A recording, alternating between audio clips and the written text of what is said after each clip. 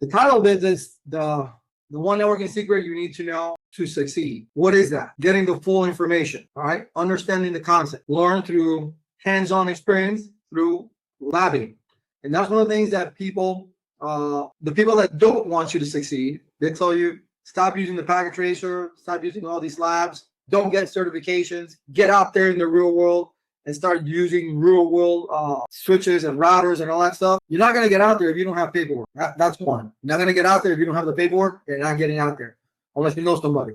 That's just the way it is, bottom line. All right. If you've been blessed that you can talk the lingo and walk the walk and all that good stuff, and you get a job, perfect. The company was willing to take a risk with you because they know that you got what it takes to take where you need to go. It was so interactive, great questions. It was awesome, but there's a lot of questions and good questions, okay? Where, because normally the way I configure HSRP is doing this, right? And you can go back to forever in my YouTube channel, Networking Doctors, okay? And you can see that I have this same topology. We have, and let me go back in here. We have basically that we need to learn 3 redundancy protocols. That 2 others exist, that's fine. And I'll show you, I'll open up that PDF to show you, okay? But we have 3 redundancy protocols you need to be aware of. So if you don't touch the priority numbers, it's going to choose the highest IP address of that particular or whichever router to be active. But you don't want that. You don't want that because if it's a flapping interface, well, it's going to keep doing elections. And you base it on priority numbers. Priority numbers. All right, so the highest priority number, and that's what you're going to get. The highest priority number becomes the active router.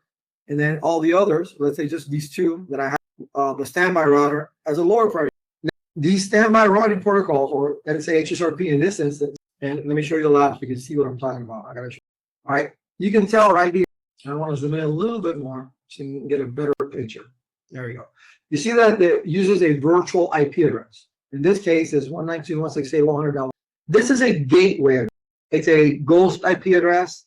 It's not an IP address. It's assigned to any interface. It's an IP address that's assigned in the HSRP routing protocol or the standby. In standby, you go standby 1 IP, and you place this IP right there, which tells you, hey, this is going to be the default gateway. And this number right here, 192.168.100, it's going to be on every. One thing that's never said or never explained in more detail is the fact everybody's in the same broadcast. This interface right here is 100.254. This is 100.254. And this is 100. So everybody's in the same broadcast. You cannot put a virtual IP. Let's say if I come here and I try to put a virtual IP address at $200 or $1.250. It's going to tell you in the wrong subnet. It's not going to allow you to do it. Whether you do, because there are 2 IP addresses, both in HSRP and VR, that can lead primary or secondary IP. Now, the definition, the explanation for secondary IP addresses basically states this, that it is used other segments.